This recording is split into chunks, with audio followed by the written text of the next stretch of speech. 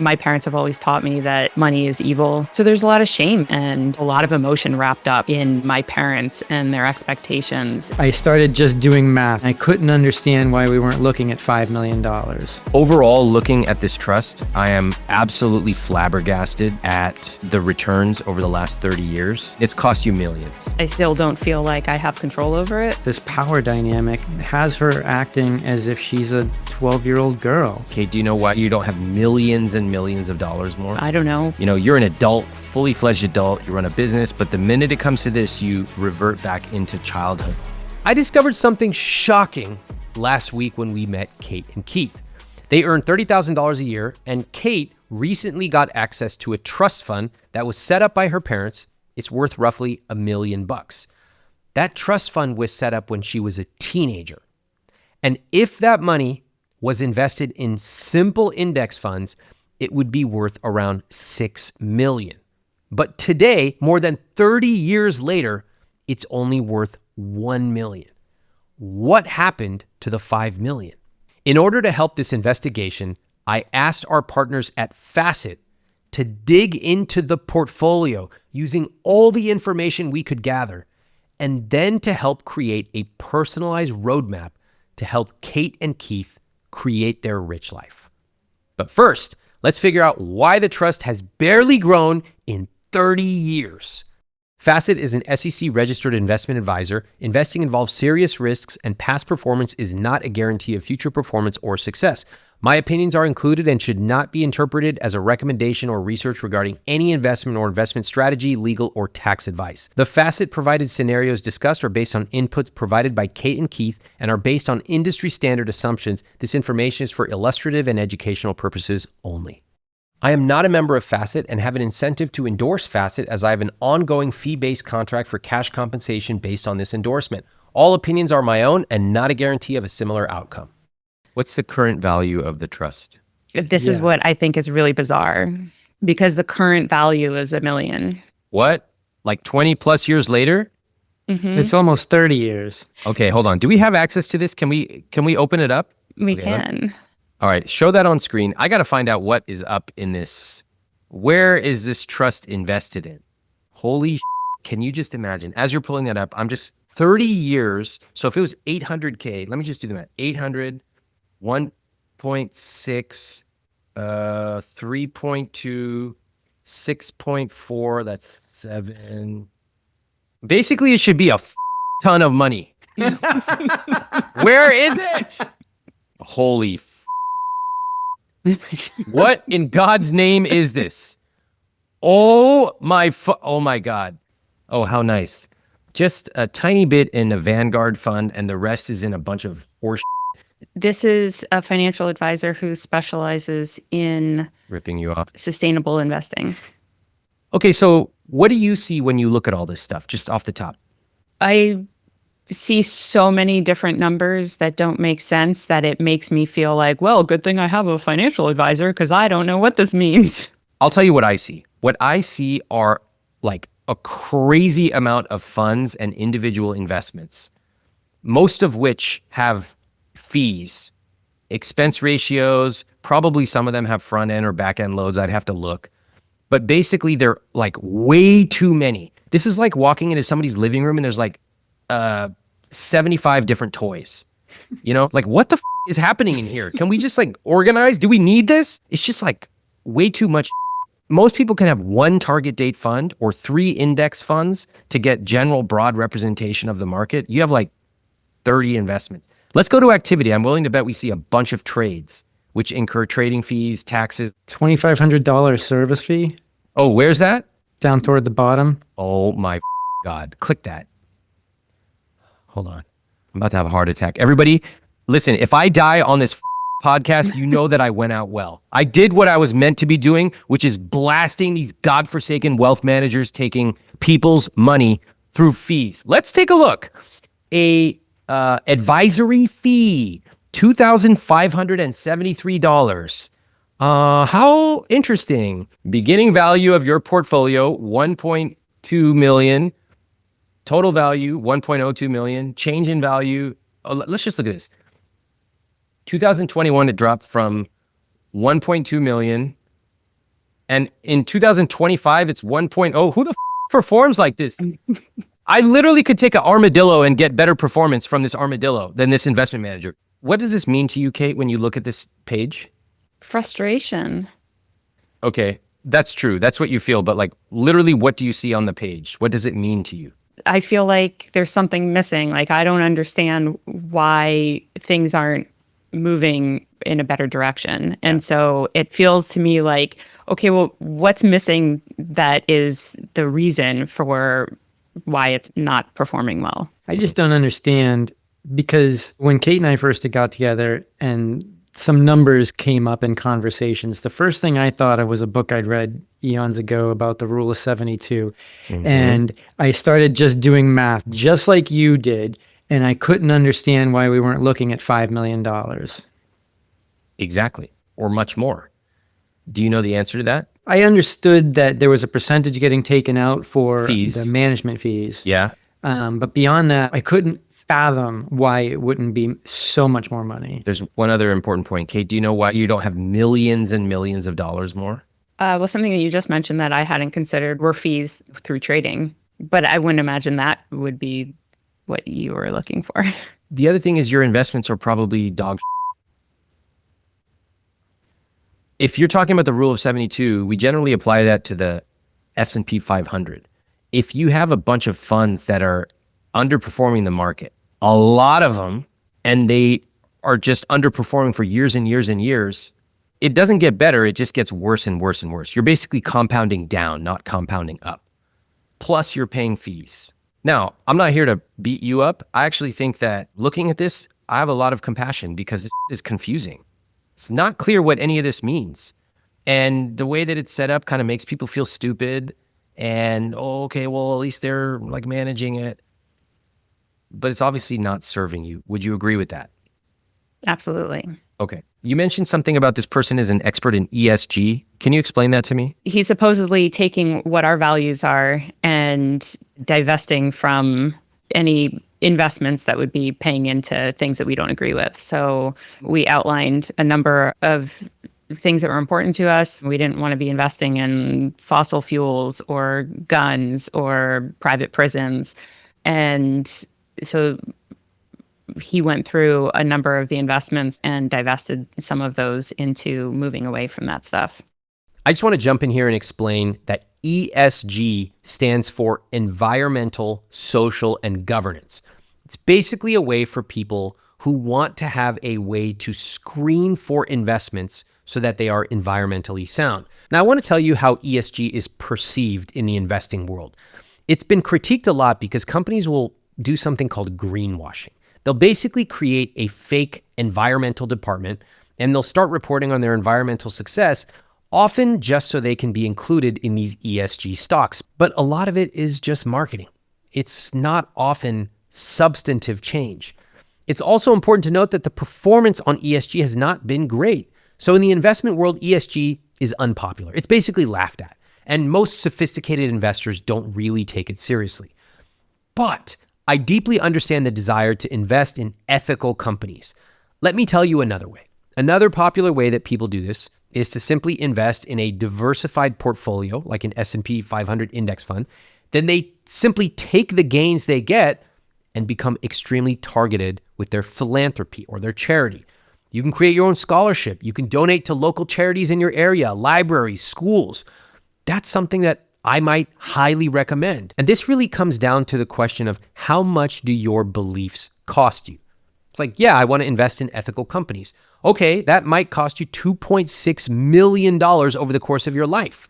Or if you flip that, you could have $2.6 million more to be able to donate however you like. This is in part what's happening with Kate's portfolio, and it has left a lot of money on the table. So listen as I challenge Kate to think about the repercussions of this investment strategy. Are you willing to invest in ESG if you get a lower return than the market? It's an interesting question, and I appreciate it because I guess there's two ways of thinking about it and which is the right answer. There's one approach that we move away from ESGs because we can do better, and then make a commitment to then taking our money that we make and putting it towards areas that we feel strongly about. And so that's one option. And then the other option is we might not make as good investments, but we'll commit to not investing in things that don't align with us. Right. So what's the answer to my question? I guess I've been moving more towards investments that result in a higher yield, and then having the flexibility with what we take out of that to then put towards the things that align with our values. Okay. I respect that you want to be environmentally sound and you want to put your money where your mouth is. I always appreciate that. The question of how to do it, especially as the amounts get large, can turn out to be surprisingly complex. Overall, looking at this trust, I am absolutely flabbergasted at the returns over the last 30 years. It's cost you millions. And we can't do anything looking back, but we can understand what happened in this trust, which I think your parents set up when you were a teenager. Technically, they should have known better. They should have been better advised. They should have been more tenacious about their representation. But here we are today. And we can make sure that everybody listening and watching this never lets their money be managed this way. And let's not forget, you two are young enough to let this money compound a lot. I have a confession to make. After we recorded this episode, I literally could not sleep at night thinking about how this trust performed over 30 years. The numbers were actually driving me crazy. So I wanted to find out what happened. So I asked Kate to send over every single statement, every single document she has, so I could do a deeper analysis around one question. What happened? Where is the missing $5 million? Now, I want to be clear that this analysis involved piecing together scattered documents from 3 decades plus very foggy memories. For example, Kate told me that she withdrew $36,000 a year from the trust for a few years while she was in grad school, plus about $15,000 for medical expenses. She estimated it was about $200,000 in withdrawals. But in reality, looking at the documents, Kate actually withdrew a total of $461,945 across 14 years from 2007 to 2020. That includes a $174,000 house purchase in 2016 and $34,000 in medical expenses. But Kate doesn't remember this. And please understand, this is actually really normal. People don't remember what medications they took. They definitely don't remember where they spent their money. Remember, when I ask people how much they spent on eating out, the truth is almost 3x higher every single week. Imagine trying to remember what you ate 30 years ago or how much you spent. You can be off by literally hundreds of thousands of dollars. So now we start to understand a clearer picture. But before you say, she just burned $500,000, that makes sense. Consider this shocking truth. If she had simply invested in broad-based, diversified index funds like the S&P 500, as opposed to paying an advisor to manage it, the trust would be worth $6.1 million, even with her withdrawals of over $460,000. So what happened? It's not as simple as she just paid a lot of money for financial advisors. Yes, she did that, but this was a gross systemic failure across the board. Her parents never taught her how money worked. The investments that the advisors chose are a complete mess. You know how I talk about a 7% return rate? Her trust returned only 2.9% over decades. There are also lots of investments in the portfolio that overlap, which means they are undiversified, and many of these investments have high fees, which also add up over time. Of course, not to mention the advisor fees, which were also quite high. Now, most people wouldn't think much of these fees on a monthly basis. It's easy to justify a few thousand here or there when your portfolio is nearly 7 digits, but it's kind of like flying from LAX to Australia. If you're off by only a few degrees, after 10 hours, you will be thousands of miles off course. This is why with any major investment, like your retirement or your kids' college fund, small changes compound in a way that is hard for the human mind to truly understand. We're not talking about a 10% difference. It can literally be a $5 million difference. And that's exactly what happened here, in part because of Kate's lack of ownership. Among all the other things that happen, this is Kate's money, and she herself did not take the responsibility of proper management. But we're here today. We can't change the past. So now that we understand how she got here, let's focus on the future and get right back to their CSP. Now, back to the CSP, you told me that your trust is not in the CSP. Is that right? Why is that? I guess technically because I still don't feel like I have control over it. What do you mean? You just logged in. Right. So I just logged in, that it's in my name. However, having a trustee and not understanding the rules of what is a trust, what does this mean, and feeling as though I have an ability to make changes to that. She still has to go through the trustee to get money out of it or anything like that. Which is your dad. Right. You know, you're an adult, fully fledged adult, you run a business, but the minute it comes to this, you revert back into childhood. Like, Dad, what do you think? Any of this connect with you? Absolutely. And there was question about making someone else the trustee, and we just couldn't come up with a better person because my dad felt like the right person for it. All right, we can talk about that too. The trust money should be factored into your conscious spending plan. Okay? Mm-hmm. What's the worth of it again? 1.01. 1.0. Let's just say $1 million. Okay. So look at the CSP. I'm going to add the assets here. Okay. Are you ready for this number change? Okay, watch. I changed the 1.2 million to 2.2 million. Whoa. What's the net worth now? Staggering. Say the number out loud, please. 2,891,793. That's a lot of money. Yeah, we could buy our dog a new dog bed for sure. What planet am I on right now? I don't know how much a dog bed costs, but I know it doesn't cost $1 million. All right. You have almost $3 million. What do you think about that? Is that a lot of money? Yeah, it feels like I must have made a miscalculation because I don't get it. What do you mean you don't get it? Like, I don't get where all of that came from. Well, it came from you investing since you were 10 years old. And then also 1/3 of it came from your parents' trust, which was quite large 30 years ago and stagnated and is still quite large. That's where it came from. Yep. Sometimes I think that we create mysteries so that we can avoid the boring reality of what actually is. Where did all this come from? I must have made a mistake. Whatsoever shall I do to figure it out? Actually, no, I just saved and invested. My parents also put $800,000 when I was a teenager. All that money added up together now means we have almost $3 million. You can dance around it. You can ask questions to the cosmos, or you can just look at it and confront it head on. We are multimillionaires. What does it mean for us? It's noteworthy because it wasn't that long ago where having any discussion that the trust came in would result in tears. Whose tears? Oh, mine. Why? I think there's a lot of things wrapped up into it where my parents have always taught me that money is evil and you shouldn't have it and you should do things for other people and always contribute to the world. So there's a lot of shame and a lot of emotion wrapped up in that trust and my parents and their expectations. And it's kind of overwhelming. That's very confusing. Yeah, wildly confusing. Money is evil. Also, here's $800,000, which will turn into millions, or should have turned into millions. That's very confusing. How did they reconcile that? They, on one end, showed me the trust, but then said you can't have access to it until you're 25.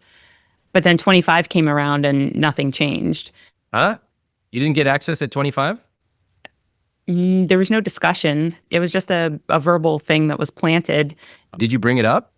I didn't. No. I How didn't, come? because I didn't have the courage to, and I didn't feel worthy of doing so, probably because of all these mixed messages. Do you feel courageous around your parents now? I do. You do? What changed? Well, I changed an awful lot. My parents were financial safety to me. You know, like whenever I was around them, I would fall into old habits, like let them pick up the bill, let them take care of me. And for some reason that just equated to, well, I need them in order to be financially safe. So that's been a huge part of my journey in the last couple of years, is to separate myself from that. But isn't your family spending $30,000 a year helping with your medical expenses? Yeah, and I thought of that when I was when I was saying it, and I'm allowing that Mhm. Why do you think you are? because it's easy and because I don't really know how to do it myself. You don't know how to pay $30,000 from $2.8 million? Not in a sustainable way. Mhm. Because in my mind, it's still, like when you don't have money invested, it's not growing. So anything that I take out of it is a subtraction, and there is no addition to that. Mm. And so in my head, it doesn't make sense to me and doesn't feel comfortable. You know, it's interesting hearing Kate describe this idea of your money decreasing instead of increasing. That is exactly how people feel when they retire and they have to start drawing from their investments. And this phenomenon is incredibly difficult for a lot of people to watch. You've seen this number grow and grow over your lifetime, and then suddenly, say 65 years old, you watch that number go down, and you know it's only going down. You know, I was even talking to my dad recently. He's retired. He has to take his RMDs, or required minimum distributions. And he came to me and he basically said, I don't know what to do with this money. I think I'm going to reinvest it. I said, Dad, the whole point of that money is to spend it. The fact of the matter is, for everybody, including my dad, who's pretty good with money, it's really hard to get out of the mindset of preparing for the future. And it's even harder to get into the mindset of actually spending that money. This is where an advisor, one who does not charge you AUM like Facet, can be really helpful. If someone in your life is newly retired or getting ready to retire, send them this episode. I'm going to challenge that. I think that you have a mindset around money the same way you have a mindset around like really good chocolate. You don't want to spend it. You want to like sit there and look at it on the counter and know that it's there for you and ready for you when you need it, but you're never going to need it because you're never going to take it because you don't want that chocolate to be gone. Is that true? I'd say it's 100% true for who I used to be. I'd say it's maybe 50% true now. It's interesting. This has happened several times today where I'll ask you a question, and what you'll do is you'll say, well, it's gotten a lot better. I'm sure it has gotten better. Like, going on a journey is amazing, and it involves a lot of work and mindset changes. But ultimately, when I'm talking to somebody, I'm asking them a question about where they are today. And so if Keith says, you have trouble spending money, just like you have trouble eating chocolate. And I go, is that true? And you go, well, it's gotten a lot better. That's actually kind of a way of letting yourself escape from the real answer. We've all heard stories about lottery winners who go broke 5 years later. Spending money meaningfully is a skill, especially when you take a windfall, whether it's an inheritance or a trust or any kind of amount of money, even retirement, where you have not prepared what to do with it. That's why there are 3 important skills when it comes to money. 1, learning how to earn it. 2, learning how to manage it. 3, learning how to spend it meaningfully. Kate is a living example of how difficult step 3 is, especially because she grew up in a family that taught her money is evil.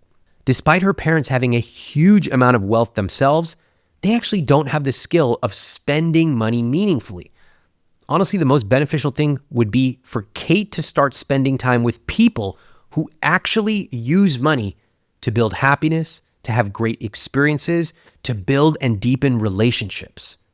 We're going to get into that, plus Keith's money psychology after this.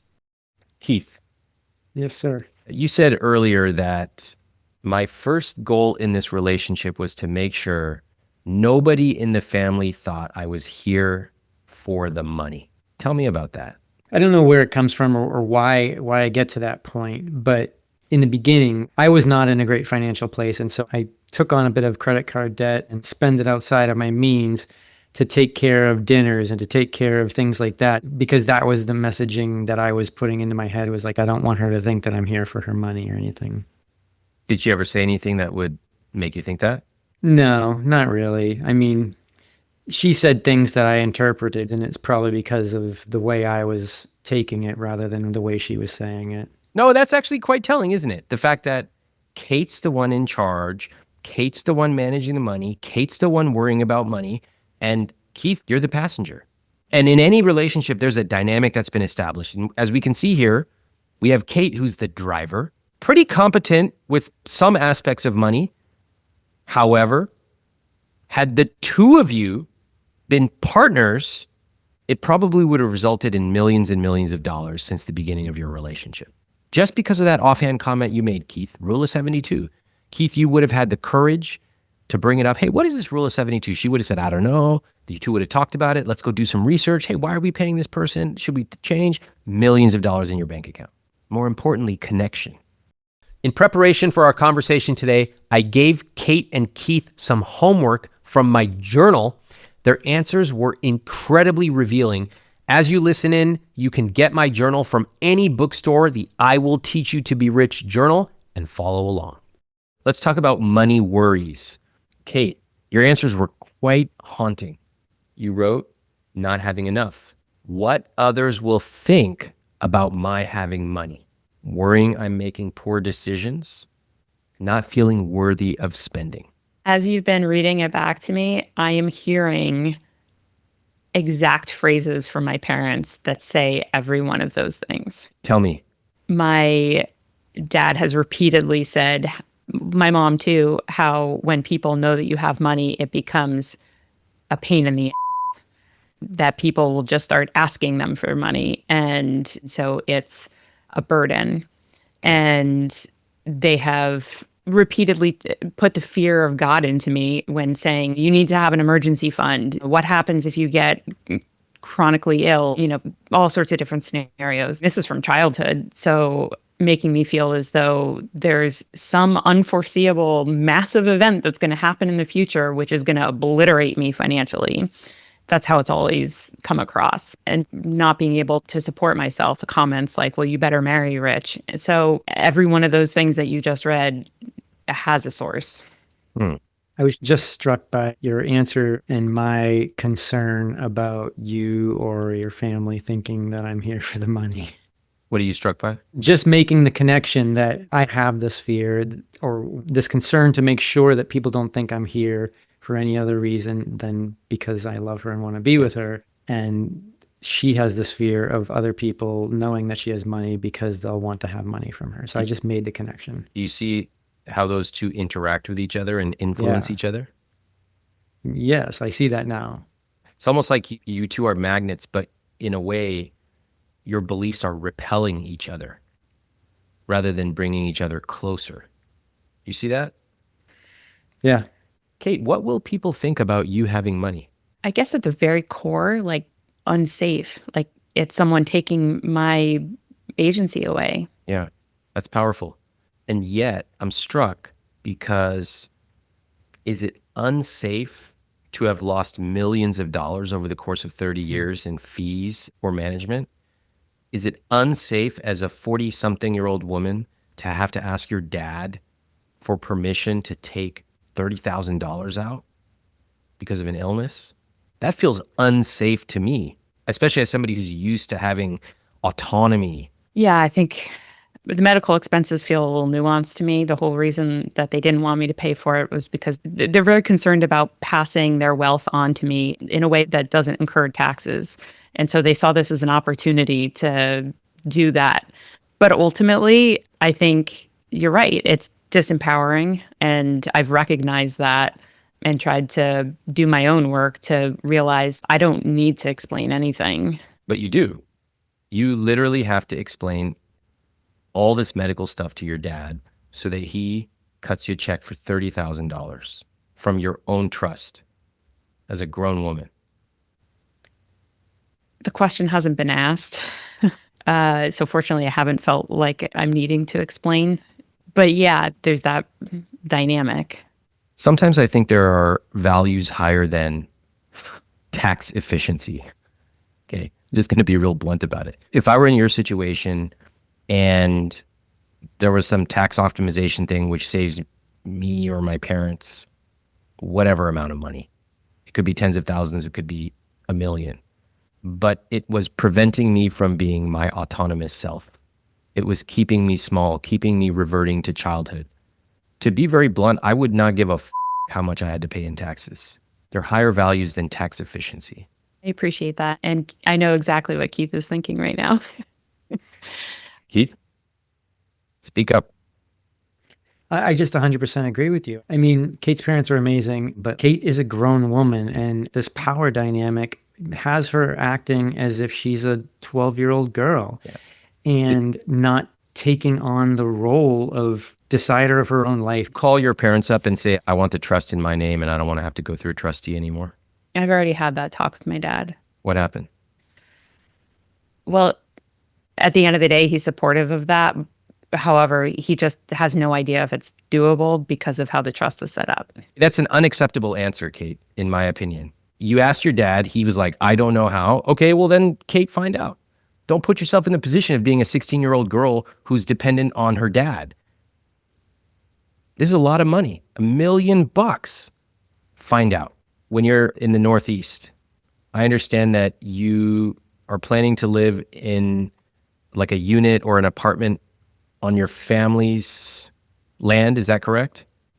Yeah. Okay, tell me about that. My parents built a house that's a summer home for them. Mm-hmm. We figured that at least for the time being, we can live there to reduce our expenses and to spend time with them, still have a little bit of autonomy by being in a kind of separate apartment in the space. And that enables us to have the freedom to go to Hawaii without having a property that we have to maintain and worry about. Gotcha. In light of our conversation today, any new thoughts on that? Like, can I just tell you, I think from a financial perspective, it's amazing. Like, here's free housing and you know it. And it's great. From the perspective of radically re-examining your relationship with money and with others, certainly expectations, which Kate, you told me one of the top ones was, what do people around me think about money and how do I feel more empowered? To me, this is like the polar opposite of what you might consider. Let me go back as a young teenage girl into my parents' property, which they are paying for. And then every time I have a question, I have to ask them, please, mommy, please, daddy, can I do XYZ? A multimillionaire woman to save like what? $5,000 a year, $10,000 a year, whatever. Does it make sense? We looked at a bunch of different options and haven't been able to find a rental for ourselves there. Seasonal rentals like that don't really exist. Mm-hmm. And we don't want to have to buy another place to then be worried about it when we're not there and have that burden. Keith, what do you think? Is this the right move? At this moment, I think it is the right move. We ran the gamut with building our own place on the property, apartment or condo, and then building our own house, and then going and buying a house, and then renting someplace. And we just felt like for this summer, let's just not stress about that particular decision, and maybe something will come to us. Okay. Well, honestly, that seems pretty reasonable. Sometimes not every decision can be absolutely perfect. Life is complicated. I think your core value of one thing at a time is really smart. And if I were in your situation, I might do exactly the same thing. Personally, from a distance, I don't think it's ideal for you to live on your parents' property, not when the two of you are trying to carve out a life where you don't feel judged. But could you figure that out a year from now? Of course. Did that surprise you that I kind of suggested maybe not living there? Oh, no, we chatted about that. The dynamic that you're imagining as far as Kate living with her parents, that kind of setting a particular tone, like that exists, that happens. And so wanting separation is definitely part of that decision. It's tough to balance too, because we really enjoy spending time with them. And so it's tough to find that balance. I think a lot of people feel that if they end up with millions of dollars, they're just going to feel joy. I finally achieved it. But the truth is, I think a lot of people are quite surprised to realize that Whether they are in debt or whether they have millions of dollars, they are still afraid of money. The question is, do you know how to make the right decisions? So I asked our partners at Facet to take a look at your portfolio and to share a few scenarios based on what the two of you told me that you might want to do in this next chapter of life. Shall we take a look? Yeah. All right. So I have 3 scenarios from our friends at Facet. Scenario 1 is you earn the same income and you travel. You could spend double what you spend now. Essentially, you could spend an extra $4,000 per month. And you could use that for whatever you want. You would also be able to retire at the age of 62, and you would increase your net worth as you got older. So by the time Keith is 90, and by the time Kate would be 82, you would have an estimated net worth of approximately $4 million. Let me get your immediate reactions. Kate? Sign me up. Wow. What do you like about that? I like that there's parameters, there's flexibility, and there's predictability. Yeah, this is very telling. I like when people know themselves. You like parameters. Tell me the parameters and I can play inside that and I can win, right? I can see you nodding right here. Mm-hmm. Perfect. That's awesome. Keith, what do you think about that scenario? It sounds great. I guess I feel the same way too. It's like, once you have the game plan set down and just put your head down and reap the rewards from it, I guess. Yeah, I think that's true. You got to know the game, but it also requires you making some decisions. Now, most decisions are reversible. You have to decide, what do we actually want to spend money on? You both seem pretty excited about it. And this is where the rich life work begins. What is our vision? What are we doing? What is all this for? How can I use money to make my life easier? Okay, shall we go to the next scenario? Yeah. Scenario 2, Facet created this using your information. Work more, and you can buy a house. You kind of discussed buying a house at some point. You don't want to do it right now, but let's just take a look here. Let's say that you increase your monthly spending by only $2,000, not $4,000, but you can increase your spending by $2,000 a month, which is a lot of money. You could purchase a house in 5 years for $750,000. Okay. But you would need to increase your annual income to $50,000 and you could retire at 62. How does that strike you?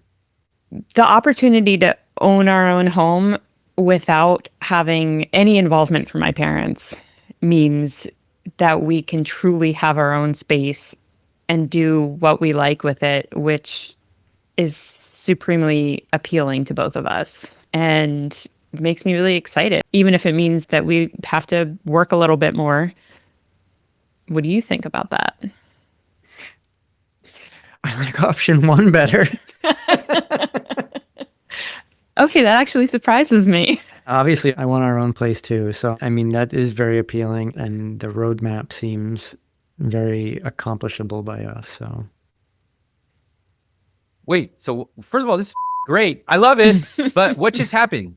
Are you guys going with 2 or 1? What's happening right now? I don't know. Too much spinning. You're indecisive, but you don't have to pick it like it's going to be the final decision. But can somebody make at least a preliminary decision? Yeah, I'll make a decision. So, great. Wait. Wait, hold on. Keith, for the first time, make a financial decision. What? Option 1, he goes, whatever the it was. One. Option 1, it was less work. Yeah, okay. So make the same amount of money you've been making, $30K a year, and you can double your spending. That's an extra $4,000 a month. You retire at 62, you're probably not going to buy a house. Kate, I would love to hear your answer. The concept of option 1 feels more comfortable to me right now because it means that there's less pressure. I can focus on my health. I can be able to focus on some joy as well and not feel a sense of pressure to perform or meet a certain quota or work towards something that maybe doesn't fit with my health or my energy levels or whatever. So for right now, that honestly feels more appealing to me.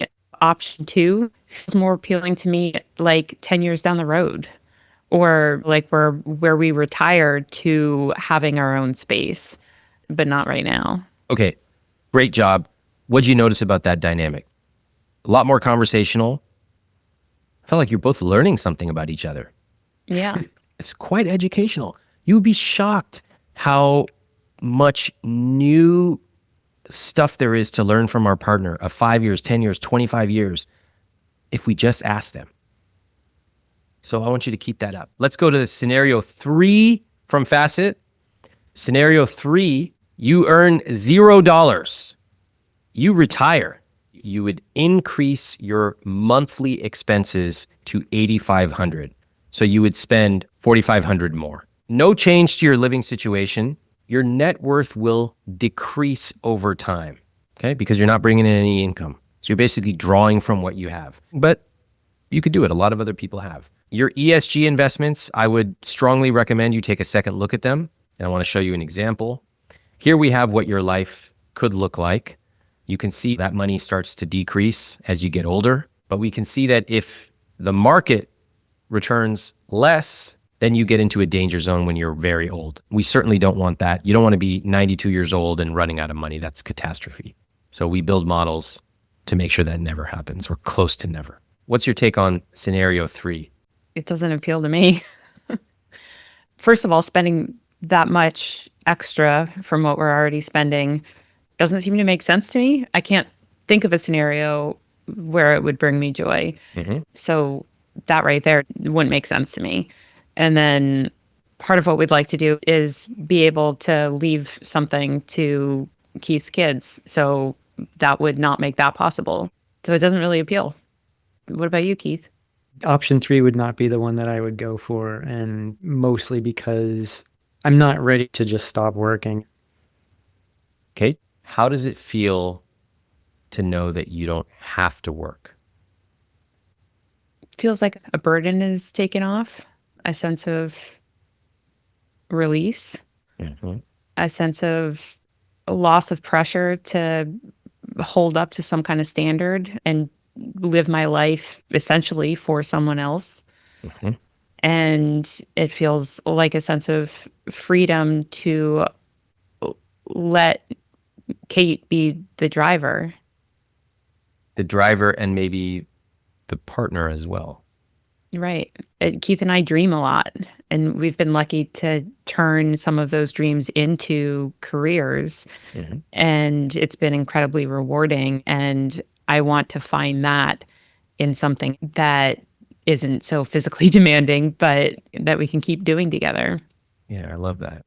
What I want for the two of you is to get crisp about what your rich life is, even for the next year, for the next 5 years, and so on. The next year, in general, should be pretty dialed in. You should know it. 5 years can be a little bit more vague. 10 years can be even more vague. But it's not like you two are 22 years old. This is the time. What I really wish for you is to be conscious, intentional about your rich life. Because I think you have the possibility of doing so many things. And money is not really a limiting factor for the two of you. It's not. You're in a very rarefied position. Most people, money is the number one thing stopping them. But you actually achieved the money that you need and more. It's not a reason holding you back. If anything, it's an accelerant for the kind of stuff you actually want to do.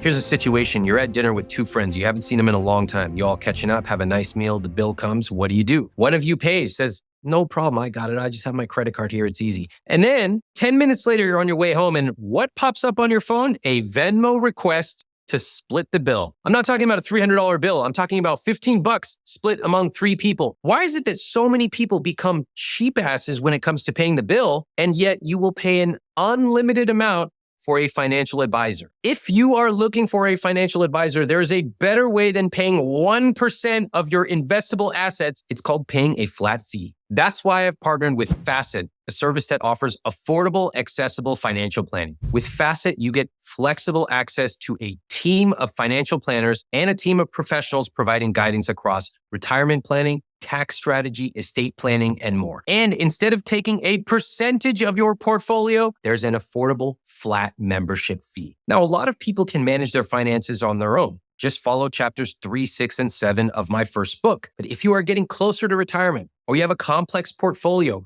or you just want a second set of eyes on your specific financial plan, then I highly recommend you check out Facet. You can book a free call at facet.com/Ramit, speak to them, and decide if it makes sense for you. Check out their membership options at facet.com/Ramit.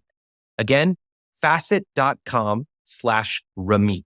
FACET. Sponsored by Facet, Facet Wealth Inc. Facet is an SEC registered investment advisor headquartered in Baltimore, Maryland. This is not an offer to sell securities or investment, financial, legal, or tax advice. Past performance is not a guarantee of future performance. Terms and conditions apply. In our conversation today, I'm curious, was there anything that surprised you?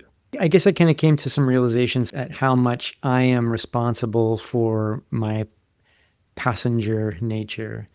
And I'm a little disappointed that I haven't gotten to a place where I've been able to initiate conversations better and to become a part of a conversation better than I have up to this point. I feel like maybe surprise isn't the right word. Reevaluating my relationship with self-confidence and ownership and empowerment. I know I've done a lot of work, but seeing that I have a lot more that I can do. It's great realization. Both of you. Really deep foundational realizations. It's like exactly why I do what I do. So much deeper than some number on a page. It's who you are, what your relationship is with money, with each other, with the people you love. That's why I do what I do. How are you feeling now compared to when we started this call? I'm feeling pretty excited. I feel like the pieces of the puzzle are coming together, and I'm feeling a lot more ability to get there as a couple, as opposed to feeling as though it's my responsibility to figure it out. And so I'm feeling pretty energized around that. Love that. Keith? Confident and looking forward to having conversations and trying to help steer decisions better than taking a backseat. Great. Love that. I don't do this often, but sometimes I just give very direct advice on what I would do if I were in your situation. Would you be okay if I share what I would do? You don't have to take it, but I just kind of want to tell you like point blank what I would do. Yeah. Yeah, sure. Okay, this is what I would do if I were you. How often are you seeing your therapist? Once. Probably every other week. So I would make that once a week, and I would consider individual therapy as well.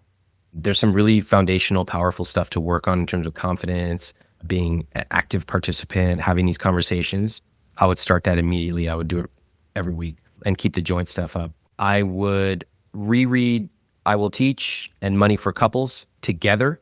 In fact, if anything, I would have Keith lead the reading of that. And I would relook at the accounts and just make sure our accounts are flowing the way they should be. Right now, I suspect they're not. Like the fact that, you know, sometimes like Keith rather spend his own money than joint money, that shouldn't even be in question. So there should be money set aside for each of you every single month, regardless of whether you're earning or not, so that you can spend on things you love without having to ask questions. Okay? Fix your accounts. Next, I would get rid of that investment advisor, and you can either switch over to financial advisor if you choose to have one. You know, we like Facet. There are plenty of others, just not paying AUM percentage. I suspect that any good advisor is going to take a look at the funds you're in and want to dramatically simplify them, because you're just paying fees on top of fees. And for the next 30, 40 years of your life, you don't want to be doing that. Like it will cost you millions. So I would get out of that. I would start to create a vision of what your life looks like without being enmeshed with your parents. And that is everything from getting your dad out as a trustee, either get the money yourself or find a professional trustee like a law firm, et cetera, but he's got to be out. It just can't happen anymore. Housing, you know what I was going to say, but I actually love your answer. You're like, look, we can't do it all at once. So we're going to go there for the next year. Cool. Totally respect that. But I would have a vision that in X years, we're out. We're going to find something else in some way, somehow. I would consider also post-nup if you don't already have it, because this trust comes from your family, Kate. And that also will eliminate Keith's worry. So all of that would be written down and both of you would be super comfortable knowing it's a done deal. It's not like whispers and shadows. It's just written down and transparent. And I would certainly plan a little meal for the loved ones. People are going to think it's weird. Why are they paying for our dinner? Are they show-offs? and you both practice your line. What are you going to say to them? And you say it with a big smile, and that's it. That's what I would wish for you. Those are some things I would consider. It's of course totally up to you. And final thing, just remember, you have millions of dollars. There is no virtue in playing smaller than you have to. So you, above almost anybody else, you have the ability to live a very rich life. I really, really want you to take advantage of it. Thank you. Awesome. Thank you. Thank you. All right. It's been a total pleasure. Very nice to meet you both. You too. A huge thank you to Kate and Keith for speaking with me and sharing so openly. Most of us think that if we had $3 million in the bank, the only thing we would feel is joy. But as we just saw, a lot of complicated feelings come up, especially with inheriting money, guilt, shame, unworthiness. I find this particularly interesting because as a culture, we in the US are obsessed with creating generational wealth. I know you've seen those freaking videos on TikTok. It's all about generational wealth. That's why I'm buying real estate. We save, we invest, we stockpile all these things for the kids. But one thing we don't do is actually talk to the people who are going to receive the money. How are you going to feel? Do you feel prepared? Do you know what to do with this money? Have we taught you the lessons of how to handle this type of money? Without learning the skill of managing and spending money meaningfully, generational wealth isn't just a dream, it can turn into a nightmare. So if you have the feeling of, am I going to be okay, especially heading into retirement, then I recommend you check out facet.com/Ramit. Facet is waiving their $250 enrollment fee for new annual members. And for my audience, Facet is offering $300 into your brokerage account if you invest and maintain $5,000 within your first 90 days. I am not a member of Facet and have an incentive to endorse Facet as I have an ongoing fee-based contract for cash compensation based on this endorsement. All opinions are my own and not a guarantee of a similar outcome. Kate and Keith made a ton of progress today, but the real work starts when our conversation ends and their normal life resumes. My wish is for them to take this gift of a trust and really use it meaningfully in their rich lives. Now, let's check out their follow-ups. I found it very interesting that after that call, we were both incredibly exhausted. We had dug into so many emotional things and financial things that we were excited to have him give us the permission to not have to talk about finances after the call with him. I felt like I just wanted to curl up with Keith on the couch with a blanket and just do all the comforting things. That alone told me that there's stuff that hasn't been discussed or resolved or kind of processed that needs to be. After giving us the permission to spend money on some of the things that we considered part of our rich life, that Ramit had suggested holding off on purchasing a vehicle, which I had found to be kind of important as far as our plans moving forward. But after discussing it, we decided that it was a good idea to table it for now while we work on some of the things that are a little bit more pressing for us. Some of the biggest takeaways that I had were realizing how, even though I've named my invisible scripts, how much they're still playing a role in my view and how I'm showing up in financial matters. And so that's something that I definitely am working more towards dismantling. Had a great therapy session about it. We have already had one good call with one of our existing financial advisors, and we have also had a fantastic talk between ourselves about the things that we went over with Ramit on the call. And one of the action items that we are excited to move forward with is to connect with Facet and use their services to help us kind of get a concrete plan for how we can put everything into action moving forward. We've also committed to my taking over my trust and firing the manager and taking more responsibility in that, realizing that its performance is completely unacceptable. And that was something I already knew, but having a knowledgeable third party affirm that was very helpful. So making a plan to bite off chunks as we go and not feel as though I need to get it perfect and do it all right now. And we have time and we're going to work towards it. I received this message from Kate since they sent in their initial follow-ups. We chose Facet Scenario number 1 because we enjoy the work we do and we don't want to step away from it. We had a meeting with the advisor for the trust and told him not to make any further changes. We want to have another plan in place before revealing to him that he is fired. So far, we've had 3 calls with flat fee advisors and have 1 more before making the choice. From there, we will work on creating an investment plan and then executing it. They don't manage assets, so we'll gain some confidence there with the safety net of some handholding. We did sell our house and moved the $572,000 from it into a high-yield savings account until we can implement our financial plan. We also sold Keith's car and put a deposit on a truck after realizing we can't continue doing our handyman job efficiently or safely without one. We agreed to purchase something that can serve multiple purposes and be with us for a long time.